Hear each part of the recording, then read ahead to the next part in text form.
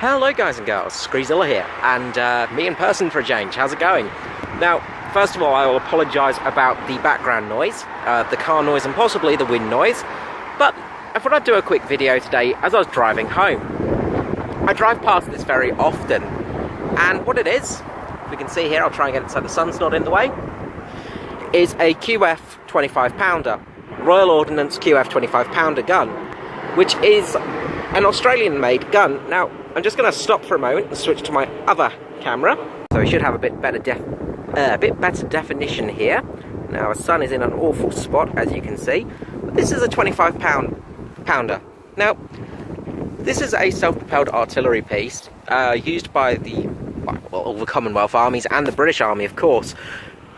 The interesting thing about this, though, is it was also used in Australian tanks. Notably, the Sentinel Mark III Thunderbolt, it was placed into that tank, and also the Yambra tank destroyer, which is a tank that it's not very well known. It was a tank destroyer developed by Australia, Yambra being an Aboriginal word, and it was a self-propelled gun, which had the 25 pounder in, which is basically an 88mm. Now, this is a short variant, slightly shorter than your average one. There was three sort of variants of this gun, I think, off the top of my head. You had the long, short, and sort of this variant here. Now, the true short was an Australian-built gun, and it was slightly shorter. They removed this section here, the brace section. They improved the recoil system.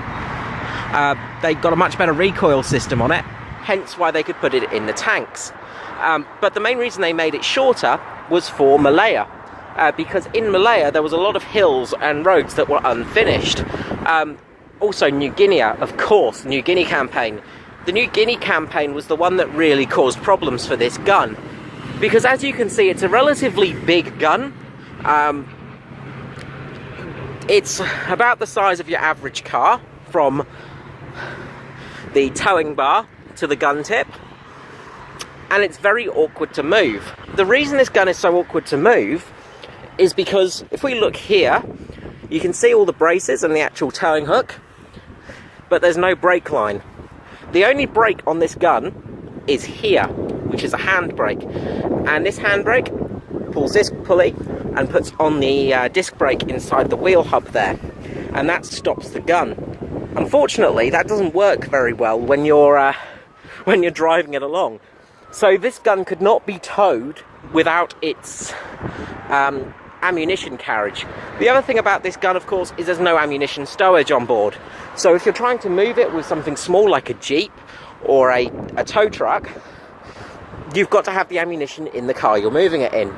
So it makes it very awkward. The Australian variant had a much smaller cross-section back here. So this whole section was smaller. This end bit was taken down to around this section here to allow for easier towing. It also had a brake inbuilt into it, as well as some places for ammunition to be stored. Now, being a quick firing 25 pounder, it meant that this gun had a dual loading system. So what would happen is the loader would yank open the breech. Now, it's all welded shut, so I can't do anything more than that. The breech would fling open, so this section here would come down, and then first of all, they would put the shell in. Now, it fired a few different shells. You had the standard high explosive round, you had the armor-piercing round, you had smoke, gas, and flares as well, so star shells. So that would be loaded up in there first. Then, secondary would be your ammunition, oops, sorry, I nearly fell off then.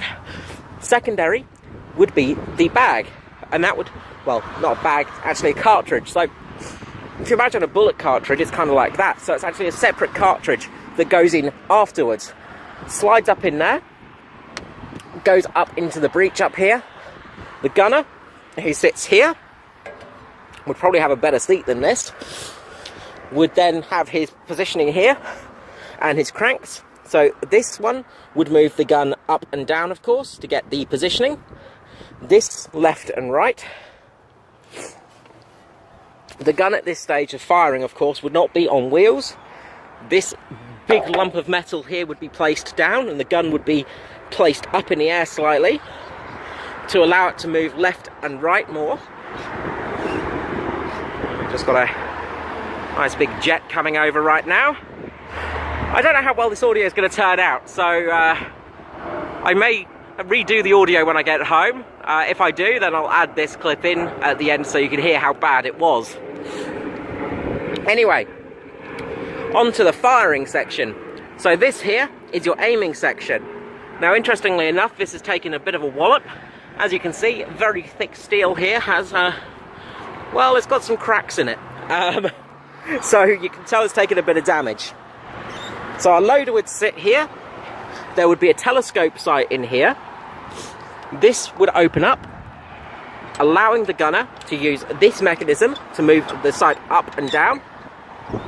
So he would move the sight up and down, looking off into yonder, work out the position, and then this here, pull and fire. Bang. The shell goes flying. The good thing about the quick firing ordnance system, the split shell and the separate firing case, meant that you could fire the shot in two separate sections, so you could add more powder for longer range, basically. And this was very handy for the shooters, because with the bag shots that some guns had, it was just a set amount of black powder, and in that you would put it into the breech and you'd only be able to fire, say, 500 meters.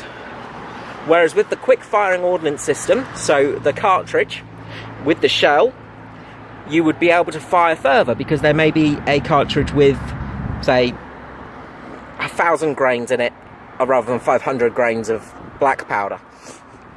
And what that meant is, instead of 500 meters, it could fire 1,000 meters, say. So it meant that you could fire off at longer ranges, basically. But you could change that with the powder charges. You didn't have to do that by adjusting the sights to aim down and up. So you could actually get a further firing from this gun using powder charges. Now, all in all, it's a pretty simple gun. As I said, it was used on some tanks as well in Australia. The Australians loved this gun and used it up until the 1980s, in fact. The Australian version, the smaller version, was more loved, of course. Now, this is actually an Australian-built version of the 25-pounder, and the way we can tell that is by the carriage here. Now, if we look at the carriage, it's all welded, and what that means is it was Australian-made, because the British and Canadian versions of these guns were all done with rivets in these sections, whereas the Australians liked to weld them. So, little tip there if you're looking at a 25-pounder and wondering who made it. If it's welded, Australian, riveted, British or Canadian. Now, the other thing about this gun is it does have its gun shield on. So we'll just hop down. Oh. And as you can see there, well, hold on, we'll try and get it so the sun's not blinding us. As you can see there, we've got the gun shield, which is a 2-inch plate, I think, 3-inch plate of metal. You know, just a big hunk of steel on the front, just to stop small arms fire, basically. This is just for protection of the crew, staggers small arms fire, makes it a bit more comfortable to fire behind. There is a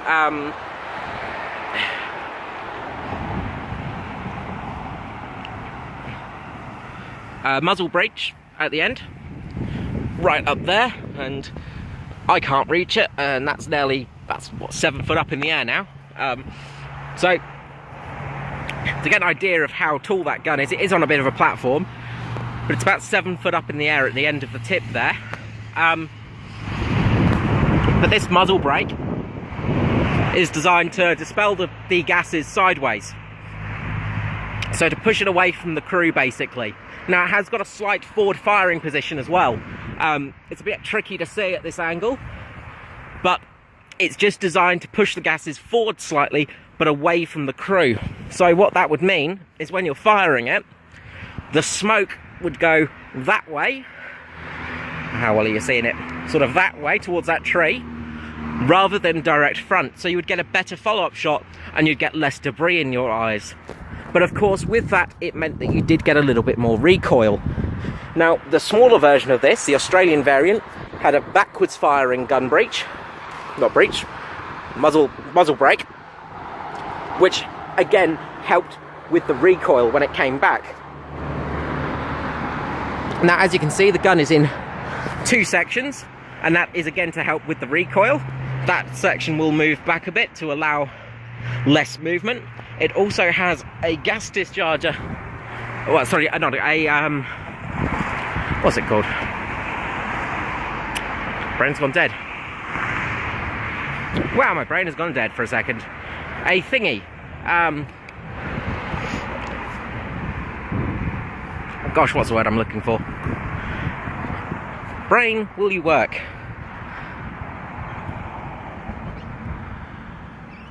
A recoil dampener, that's the word I'm looking for. So it's got a recoil dampener here. So a dampener in this section. So what this is a giant spring in here, which keeps the gun pushing forwards. So again, when this fires backwards, this is always pushing it forwards. So let's try and get this. So gun goes back, this pushes it forwards. So again, it reduces the recoil. And this again was a feature of the Australian guns more so than the British and Canadian guns. Because the Australians were fighting in such harsh terrain, especially in New Guinea, where there was a lot of hills. Now, this is placed at the Return to Service Club down here in, I don't know where I am at the moment, somewhere in Adelaide. So a lot of these guns are actually placed outside RSL clubs, which is like the soldiers clubs basically for the Australian servicemen, because it was a gun that really did help out the Australian soldiers, especially in New Guinea. At the start of the whole fighting in New Guinea, the Australian army only had small artillery pieces at the time. They only had the pounders available for use. They didn't really have anything they could use for real long distance fighting, for tank busting, for bunker busting, and they were really struggling because of the hilly situation there, because of the terrain. It was impossible to get these guns, this exact gun, across that terrain. So when the Australians designed their smaller variant made in Melbourne, it meant that they could get a proper piece of artillery, a 25 pounder, into a good position, take out those dug-in soldiers, take out the bunkers and things like that, and really gave the Australians a fighting chance. So it's a gun much loved by the Australian military. Okay, well, I hope you've enjoyed this video. If you want more of these with me in it, let me know, and I will see if I can do my best. We've got the sun right in my eyes here. That's terrible. I'm going blind. Because there are a few interesting things around Adelaide that I can go to. We also have a few interesting museums I can go to as well. So yeah, if you did enjoy this video, let me know and I'll try and do some more of them. Okay guys, until next time, this is Screezilla out. Bye-bye.